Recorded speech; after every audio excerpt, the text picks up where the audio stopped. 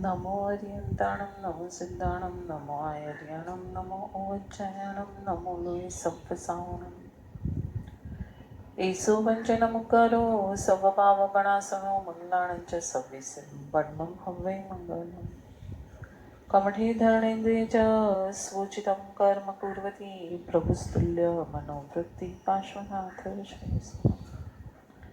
कुन्निन्दुगोखीरतुषारवन्ना सरोजहत्था कमले निसन्ना वायुसिरे पुत्थैवकहत्था सुहायशामसता अंगूठे अमृत वसे लब्धि तणा भंडार श्री गुरु गौतम समन्वय वांछित फलदाता वांछित फल। પરમ પૂજ્ય ઉપાધ્યાય શ્રી યશુ વિજય મહારાજ સાહેબ રચિત સમાધિ શતક ગ્રંથ અને તેના ઉપર પરમ પૂજ્ય ભક્તિ યોગાચાર્ય યશુ વિજય મહારાજ સાહેબ વિવેચન ઉપરના સ્વાધ્યાયનો આજનો આપણો 61 ડે છે અને ગાથા નંબર છે આપણી 68 68મી ગાથા અને સ્વાધ્યાયનો દિવસ છે 61મો. કાલે આપણે ધન્નાજીનું એક ચિત્ર જોયું કે 8 પત્નીને છોડી દીધી, પણ એની પછી જે કડી લખેલી બહુ સુંદર હતી. પાછી આપણે ત્યાંથી વાંચીએ. સ્વાધ્યાય ભક્તિ જીનવાણી શ્રવણ આદિ વડે, આદિ એટલે ઘણું બધું, વગેરે વગેરે, જે અહીંયા લખી શકાય નથી, બહુ લેન્થ વધી જશે. ધન્નાજીની હૃદયની ભૂમિકા વૈરાગ્ય વાસિત બનેલી હતી. ધન્નાજી વૈરાગ્ય વાસિત બની ગયા હતા. હવે તો ખાલી એક ફટકો જ લગાડવાનો હતો. એમાં આપણે કથા બી પેલી રાજા બાબુ વગેરેની જોઈએ. અને રાગ દશાની ભીત તૂટી પડી. જૂની ઇમારત હોય એને તોડવામાં, એને ડામોલિશ કરવામાં કેટલી વાર લાગે? જરા પણ વાર લાગતી નથી. અને નવી ઇમારત હોય એને આપણે તોડવી હોય તો આપણને કેટલી બધી વાર લાગે છે. બસ એ જ વાત. નવી ઇમારતને ખોખરી કેવી રીતના કરશું? આપણી રાગદ્વેષની ઇમારત અનાદિ ભવોની નવી જ બનેલી છે. રોજ નવી નવી પાછી બનાવતા જઈએ છે. રોજ એની અંદર પાછું નવું નવું સિમેન્ટ એવું એમાં પૂરતા જઈએ છીએ કે એ કદી ઢીલી પડશે જ નહીં. એવું જો આપણે વર્તન કરશું તો મોક્ષ માર્ગ, સમ્યક દર્શન, અરે માર્ગાનુસારીતા પણ નથી. એટલે આપણે આપણી અંદરની અનાદિ ભવોની જે મોહ રાગ દ્વેષની એક ઇમારત અંદર જે પડી છે એને આપણે હલાવશું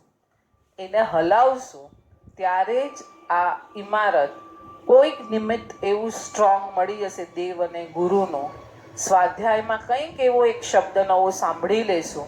નવો તો કોઈ શબ્દ હોતો જ નથી, અને 100 વાર આપણે સાંભળ્યો છે, પણ આપણી ઇમારત અંદર રાગ દ્વેષની જેટલી પાતળી કરતા જઈએ છીએ એટલા પ્રમાણમાં હવે પાછો એ શબ્દો જ્યારે હેમર થાય છે એટલે ધડામ દઈને આખી ઇમારત આપણી અંદરની કકડભૂસ થઈ જાય છે.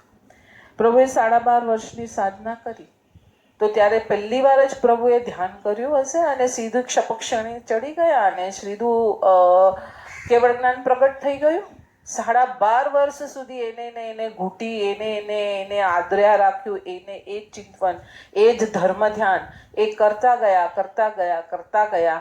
અંદર જે કષાયોની એક આખી હારમાળા હતી એ પાતળી પડતી ગઈ અને છેલ્લે ઋજુવાલિકાના કિનારે જ્યારે પ્રભુ છેલ્લું શુક્લ ધ્યાન ધ્યાવવા બેઠા ત્યારે એને નામ મળ્યું શુક્લ ધ્યાન. ખ્યાલ આવ્યો? એ જ ધર્મ ધ્યાનમાં ઘણું કરતા હતા, એવું જ સેમ ટુ સેમ, પણ એને નામ મળ્યું ધર્મ ધ્યાન. અને અહીંયા જ્યારે તૂટી રહ્યું છે ત્યારે એને નામ મળ્યું શુક્લ ધ્યાન. થોડું પ્રોસિજર ભલે અલગ છે, પણ આપણે આપણી ભૂમિકા એ સમજવા માટે આ રીતે આપણે એનો પ્રયોગ કરશું તો કોઈ જ્ઞાની ભગવંત આપણને દોષ નહીં આપે. હવે જે શુક્લ ધ્યાન મળ્યું નામ, ત્યાં શું થયું? સીધું કેવળ જ્ઞાન પ્રગટી ગયું. તો એવી રીતના ધર્મ ધ્યાન શું છે કે પેલી દિવાલને રોજ માર્યા રાખો તો એ શું થશે? એની જે સ્ટ્રેન્થ છે એ એકદમ ખોખડી થઈ જશે. અને હવે એક નિમિત્ત એવું મળશે કે ધડામ દઈને આખી દિવાલ તોડી નાખશે અને જીવ હવે એ પ્રવૃત્તિ તરફ કરવા માટે કદી આગળ વધશે. આ વાત બહુ સરસ રીતે અહીંયા આપણને સમજાવવામાં આવી હતી આ ગાથા દ્વારા. હવે આપણે આજે 68મી ગાથામાં પ્રવેશ કરીએ. ભિન્ન દેહ તે ભાવીએ. દેહની ભિન્નતા કેવી ભાવશું? ત્યું આપ હી મેં આપ, એટલે દેહને એટલો બધો તો ભિન્ન કરી નાખ. જેમ તે પેલા વસ્ત્રને, ઘરને, પૈસાને, સ્ટેટસને એ બધાને તે ભિન્ન કર્યા. હવે દેહને ભિન્ન કર. અને કેવો ભિન્ન કર? જ્યું સ્વપ્ન હી મેં નહીં હોવે.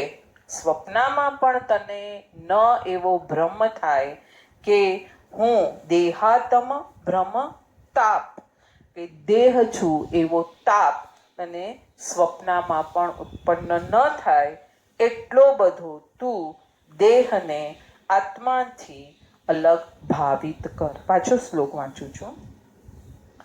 ભિન્ન દેહ તે ભાવીએ, ત્યું આપ હી મેં આપ.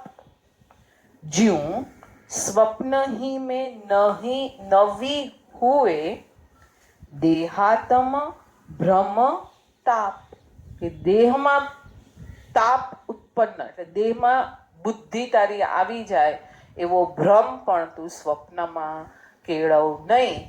આટલો બધો તારે પ્રેક્ટિસ કરી અને દેહ અને આત્માને ભિન્ન કરવાનો છે. આગળ જઈએ. દેહ અને આત્મા આમ તો ભિન્ન જ છે.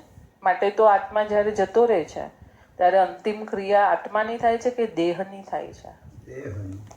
ત્યારે હવે એને શું નામ મળે છે? મળદું, કલેવર. ક્યારે કાઢવાના છો?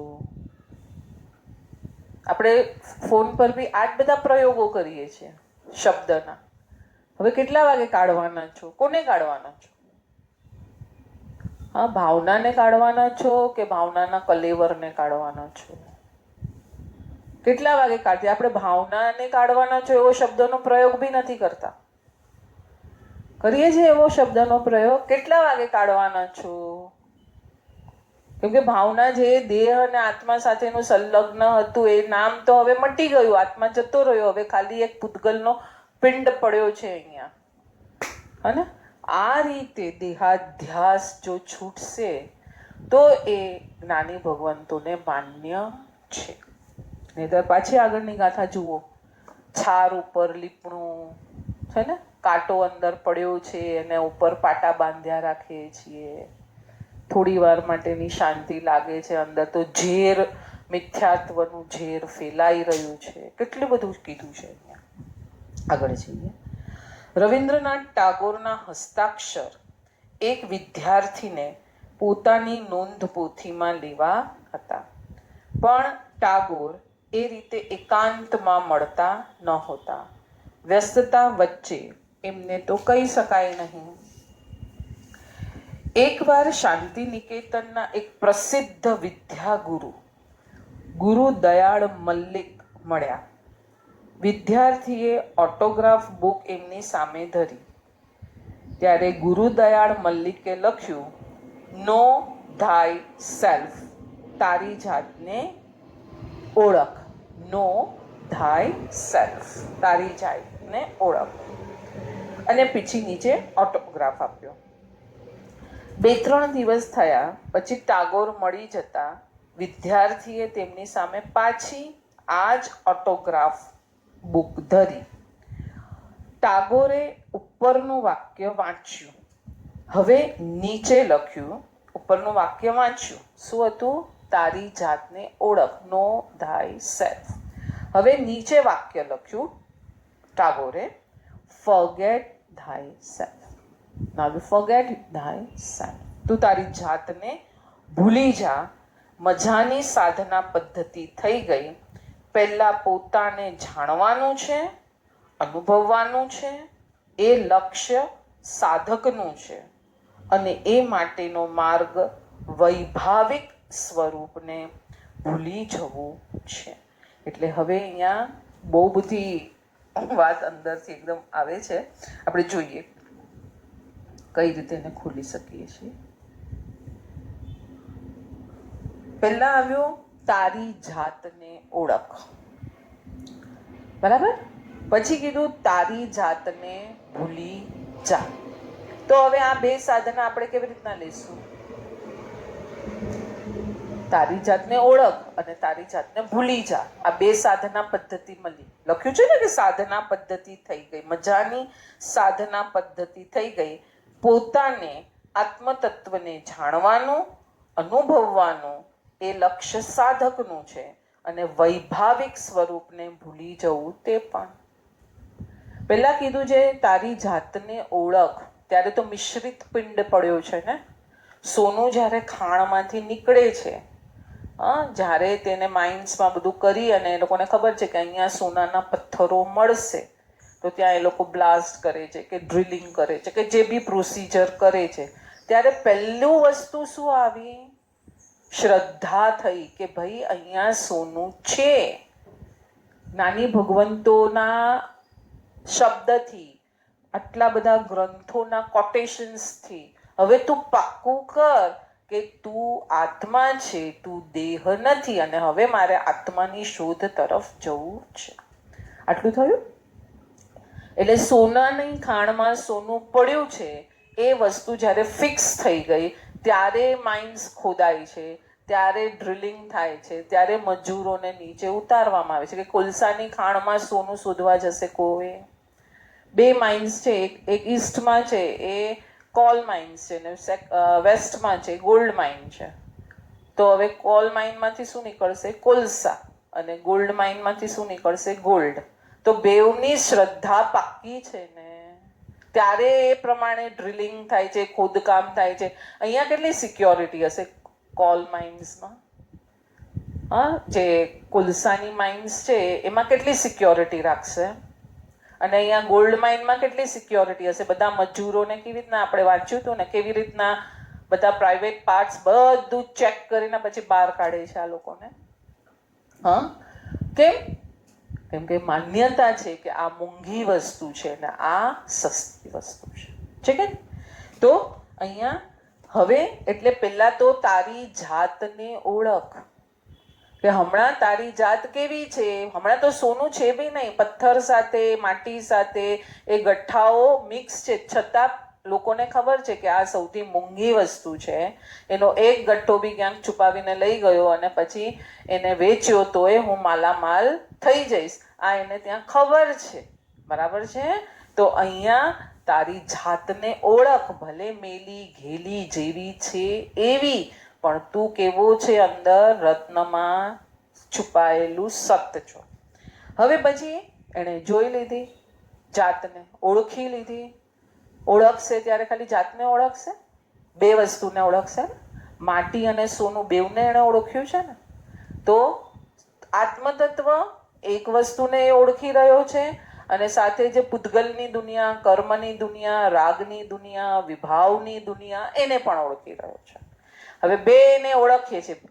એક વસ્તુને ઓળખવાથી બી કલ્યાણ નથી. તો પ્રભુએ ખાલી એમ જ કીધું હોત કે ભાઈ જીવ તત્વને ઓળખી લે એટલે તારું કલ્યાણ થઈ જશે. પ્રભુએ ષડ દ્રવ્યને ઓળખવાનું કીધું છે.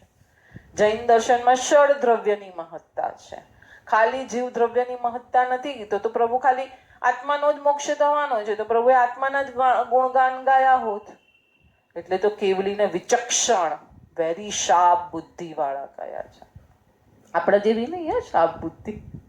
આપણે શાર્પ બુદ્ધિ કઈ બીજું કરશે. અને પ્રભુની શાર્પ જગચિંતા જગના જગ ગુરુ જગ રખણ જગ ભાવ વિયખણ. જગતના ભાવને જેમ છે એમ એન્ડ સુધી બતાવનારા એ જગ ભાવ વિયખણ, વિચક્ષણ બુદ્ધિ વાળા. હવે છ દ્રવ્યને જ્યારે ઓળખશે ત્યારે હવે એને કામનું દ્રવ્ય કયું છે? આત્મદ્રવ્ય. આ દ્રવ્ય તો એને નિમિત્ત છે, સહાયક છે, હશે નહીં તો પણ ચાલશે, કેમ કે એને શાસ્ત્રના અભ્યાસથી ખ્યાલ આવી ગયો છે સંસારી અવસ્થામાં જ એની જરૂરિયાત છે, અને જેમ જેમ સંસારી અવસ્થામાં પણ ગુણસ્થાનક આગળ આગળ ચડે છે એમ આની બધી જરૂરિયાતો નીકળતી જાય છે, સહજ થતી જાય છે, એના વગર બી એને ચાલી જાય છે, અને છેલ્લે તો આખું નીકળી જ જાય છે. બરાબર છે. તો 6 દ્રવ્યને ઓળખ્યું. હવે પછી બીજી સાધના આપી, તારી જાતને ભૂલી જા. એટલે શું? તારી જાતને ભૂલી જા એટલે શું?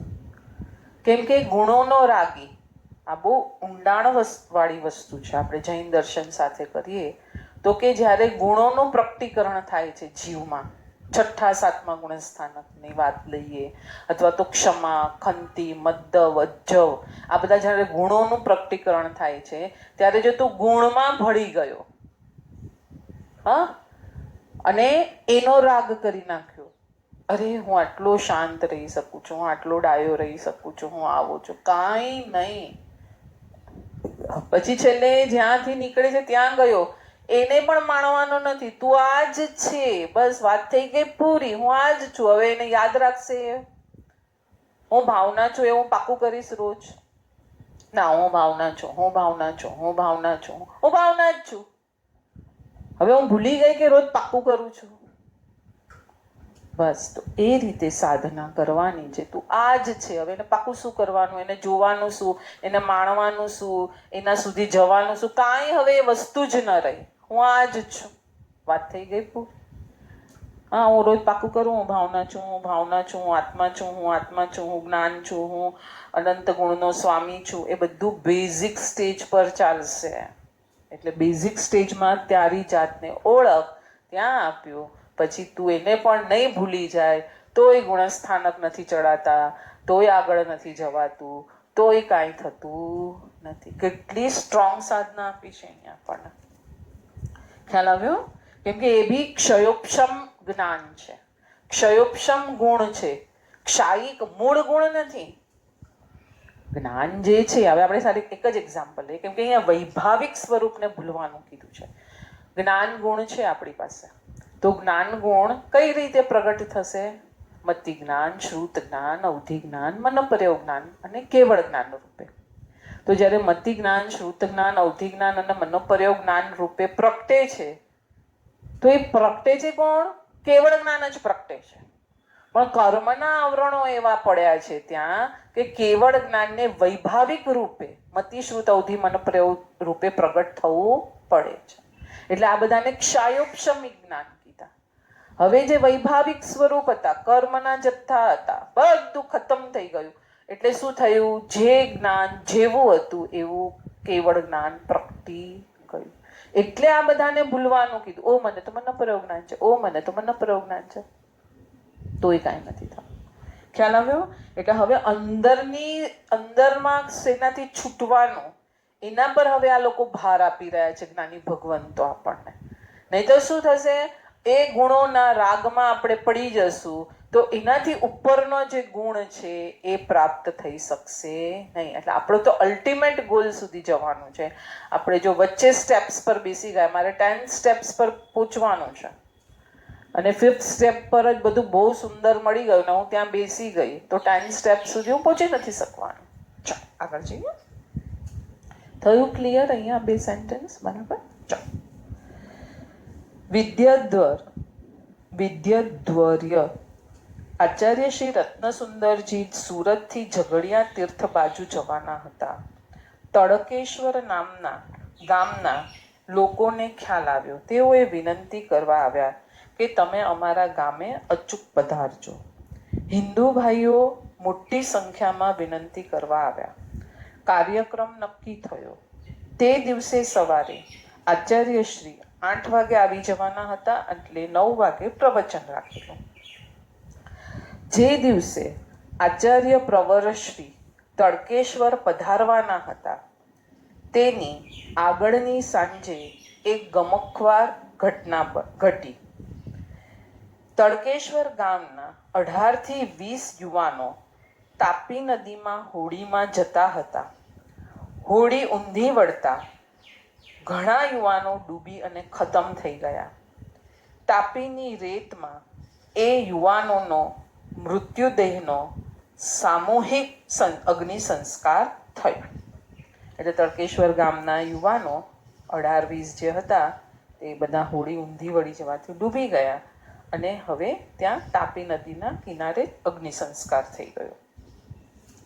આચાર્યશ્રીને રાત્રે આ ઘટનાનો ખ્યાલ આવ્યો.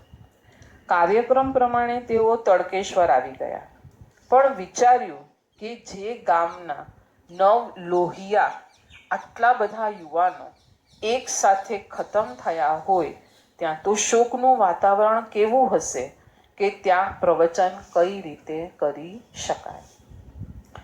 ઉપાશ્રયની રૂમમાં તેઓ નવકારસી વાપરતા હતા ત્યારે શિષ્યએ કહ્યું, ગુરુદેવ, પ્રવચન ખંડ તો ચિક્કાર ભરાઈ ગયો છે. રૂવાટા ઊભા થઈ જાય છે. નવાઈ પામ્યા. સમયસર પ્રવચન શરૂ થયું. 5 કલાકમાં એક ચિઠ્ઠી આવી. પ્રવચનમાં આનંદ આવે છે, પણ હજી સ્તર વધારે ઉચકશો તો વાંધો નથી. આચાર્યશ્રીએ સ્તર ઉચક્યું. બીજી ચિઠ્ઠી આવી. હજુ વધારે ઉચકશો તોય વાંધો નથી. આચાર્યશ્રીએ ખૂબ ઊંડાણમાં જઈને બોલ્યા.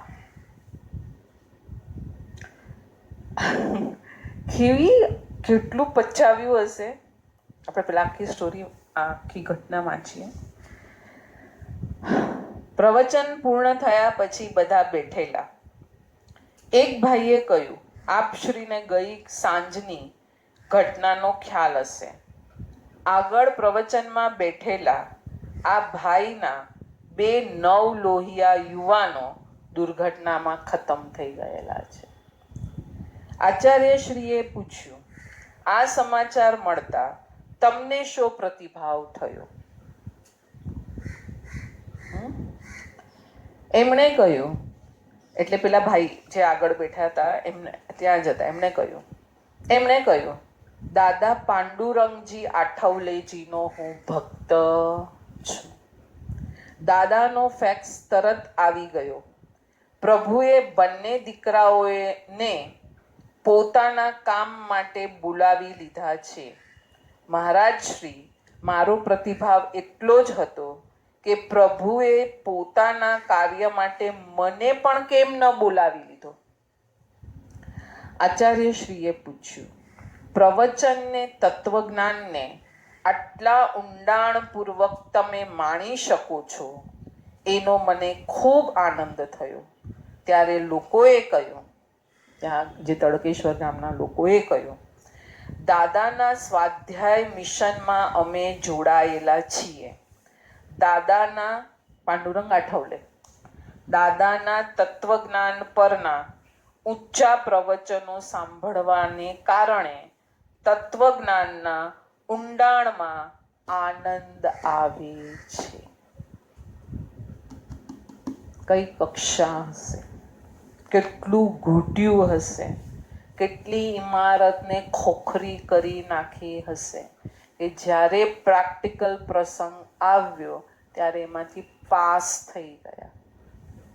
એ બી 100 માર્ક્સ છે, પાસિંગ માર્ક્સ છે નહીં. એટલે આપણે ઘણીવાર આનો વિચાર કરીએ છીએ કે આ જીવન આપણું સ્ટડી પીરિયડ છે. મૃત્યુ અને આવી કોઈ ઘટનાઓ આવે છે એ આપણું એક્ઝામ પેપર છે. સ્ટડી બરાબર કરેલી હશે તો એક્ઝામ આપવામાં જરા પણ વાંધો આવશે નહીં. અને જો સ્ટડી કાચી પાકી કરેલી હશે તો એક્ઝામ આપણે આપી શકશું નહીં, બેસી જ નહીં શકશું. બેસવા ગયા તો બી 35 માર્ક્સ બી આવે તો બહુ નવાય. 100 માર્ક્સે પાસ થયેલા છે. એટલે મને આમાંથી 2-3 વસ્તુ એ ઉપસ્થિત થાય છે જે આપણે આગળ બી આ સ્વાધ્યાય કરતા આગળ બી આ જ વસ્તુ આવી કે બધા પહોંચેલા સદગુરુઓને એક જ વાત કહેવી છે.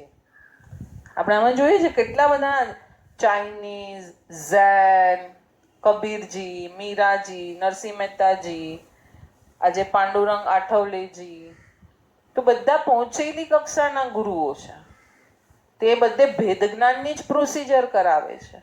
કદાચ લેંગ્વેજ આમથી આમ થતી હશે. આપણી પાસે ઘણો બધો વોકાબ્યુલરી શબ્દનો બહુ મોટો ભંડોળ છે જૈન દર્શન પાસે, ત્યાં કદાચ લિમિટમાં હશે. બાકી એવું તો એક જ વસ્તુ છે બધા સદગુરુઓને. એટલે આર્ય સંસ્કૃતિમાં ભેદ જ્ઞાન હોય ને હોય જ. એટલે તો વેદ પરંપરાના વાક્યોને પણ પ્રભુએ બરાબર અર્થઘટન કર્યું. ત્યારે આપણા 11 ગણધરો એમાં તટસ્થ રીતે અગ્રી થયા કે યસ, અમે ઊંધું વિચારતા હતા, અમે એનું પ્રિડિક્શન ઊંધું કર્યું હતું. બાકી આર્ય સંસ્કૃતિ, ભારતની સંસ્કૃતિમાં જે માલ છે, ત્યારે તો આ ફોરેનર્સો આપણા આટલા લિટરેચર પાછળ પાગલ કેમ થયા છે? અને આપણે શેની પાછળ પાગલ થયા છીએ? પાંચે ઇન્દ્રિયના સુખમાં. ને એ લોકો શું કરે છે એ પ્રમાણે આપણે બધું એક્સેપ્ટ કરીએ છીએ. આપણને આપણી સંસ્કૃતિની ક્યાં વેલ્યુ છે? આપણને સંસ્કૃતિની વેલ્યુ છે? આપણી સંસ્કૃતિની વેલ્યુ, આપણી પાસે જે માલ છે એની વેલ્યુ છે, એની કદર છે, એની કિંમત છે? આપણી પાસે કેટલા શાસ્ત્ર હતા, કેટલા શાસ્ત્ર હતા. અત્યારે ધારો કે આકાશ આવા કલરનું છે તો એની પાછળનું અર્થઘટન શું થશે?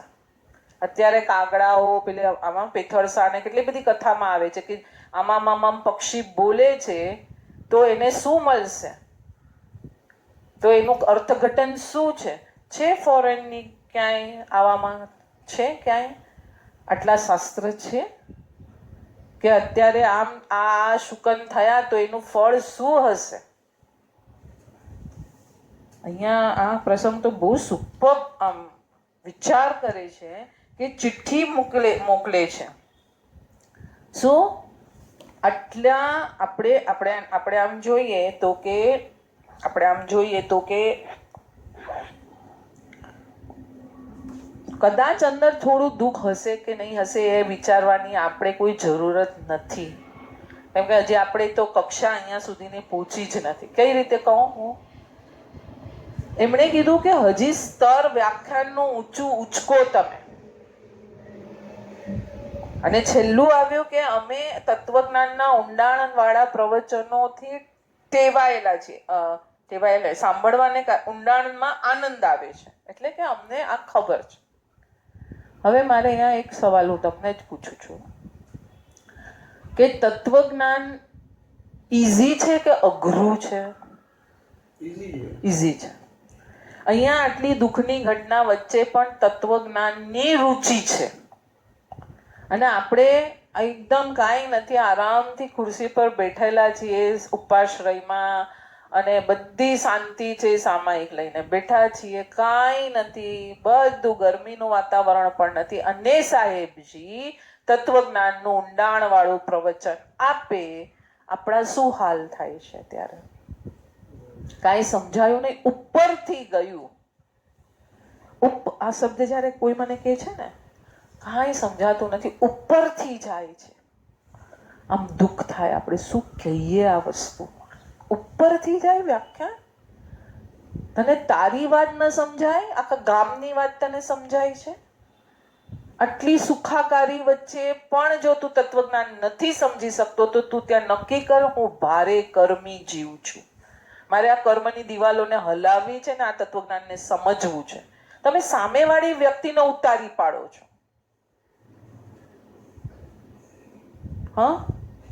મને આમાં બહુ ટચી લાગ્યું. મને ભાવનાબેન તમે બહુ હાઈ સમજાવો છો, થોડું લો સમજાવો. મને એમ થાય શું લો એટલે શું? નવકાર મંત્રનો રહસ્ય જ્યારે હું સમજાવતી હોઉં ત્યારે બી લોકો મને કે હજી લો જાઓ. તો ક્યાં જાઓ? નવકાર મંત્ર મને રહસ્ય બી તમને સમજવા નથી તો હજી એનાથી નીચે તો કોઈ શાસ્ત્ર નથી. નાનું બાળક હજી જન્મ્યું છે તો એને પહેલા આપણે નવકાર મંત્ર સંભળાવીએ છીએ. હવે એનાથી નીચેના તો કોઈ સૂત્ર હોય એવું મને ધ્યાનમાં નથી. કઈ કક્ષા લોકોએ ઉચકી હશે પોતાની અંદરની કે આવી ઘટના. અને 1-2 યુવાનો નથી, 18 થી 20 યુવાનો, 1-2 યુવાનો નથી, 20-20 યુવાનો. આખો ગામ, નાનું ગામ છે, ગામમાં 20 યુવાનોનું આવું મૃત્યુ થયું. આખું વાતાવરણ કેવું હશે? અહીંયા પહેલું તો અહીંયા એ જ આવ્યું, આખો પ્રવચન ખંડ ચિક્કાર થઈ ગયો. હા, અને અહીંયા આપણને ખબર પડે કે આ આપણે તો બધા માલ સાહેબોના બી ડિપાર્ટમેન્ટ પાડી દીધા છે ને, આ મારા, તમારા, આવા આ તત્વજ્ઞાન વાળા, આમાં તો કઈ સમજ ન પડે, આમ અરસિક વ્યાખ્યાન, ખાલી સામાયિક કરવી હોય તો જઈ આવવાનું, બાકી કેમ તો આખો હોલ ભરાઈ જાય, બેસવાની જગ્યા મળે. ખ્યાલ આવે છે? આખો હોલ ચિક્કાર થઈ ગયો છે. અને પ્રવચનનું સ્તર ઉચકવાની 2 ચિઠ્ઠી આવી, એક પણ નહીં, હજી ઉચકો, હજી ઉચકો. ખ્યાલ આવે છે? આપણે ખાલી શું કરી રહ્યા છીએ, મારે હવે વધારે નથી બોલવું કાંઈ. તત્વજ્ઞાન વગર બધું ઝીરો છે, એકડા વગરના મીંડા જેવું છે. એની રુચિ કેળવો, એ તરફ જાઓ અને એની સાધનામાં ડૂબી જાઓ તો બધા પેપર પાસ થઈ જશે. આત્મતત્વ પરની વેધક જાણકારી ઘટનાના આવા દુસહસ ભારને પણ સહી શકી. આત્મતત્વ પરની વેધક જાણકારી હતી માટે આવા ભારને પણ સહી શકાયું. આત્મતત્વ અને પરતત્વ એ છૂટા પડી ગયા. આમ જુઓ તો સાધકનું કાર્ય કેટલું સરળ છે. બે જ ખાના એની સામે છે. એક આત્મતત્વ અને એક અનાત્મતત્વ, એક પોતે અને એક બીજી આખી દુનિયા.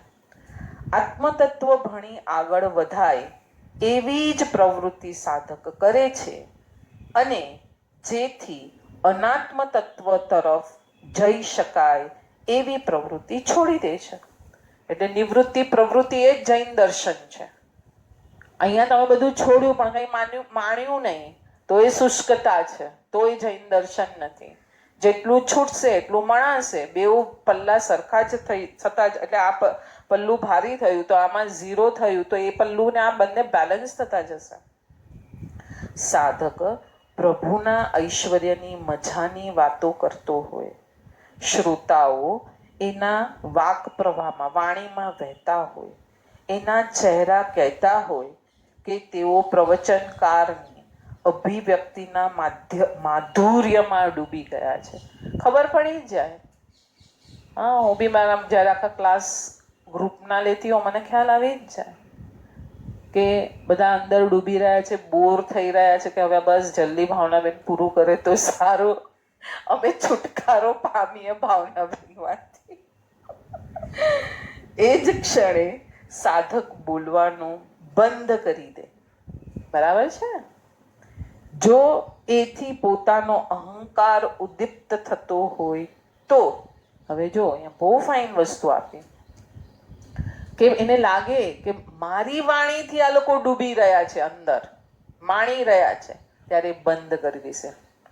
સાધક પાસે આ સૂક્ષ્મ જાગૃતિ જોઈએ, જે કારણ દ્વારા રાગ, દ્વેષ, અહંકાર ઉછળે એવું લાગે એ કારણથી એ દૂર થઈ જાય છે ને. આપણે કાલે જ આ વાત થઈ. જ્યાં આપણને રાગ, દ્વેષ, અહંકાર ઉછળતો લાગે, આપણને આપણું નુકસાન થતું જ્યાં લાગે, ઇન શોર્ટ ત્યાંથી આપણે હટી જવું ઉત્તમ છે. જે જ્ઞાનના વિરુદ્ધ કાંઈ પણ કહેવાયું હોય, ગચ્છામિ દુક્કડમ. સર્વ જીવો સાતામાં હશો. બધાની સાધના સરસ ચાલતી હશે.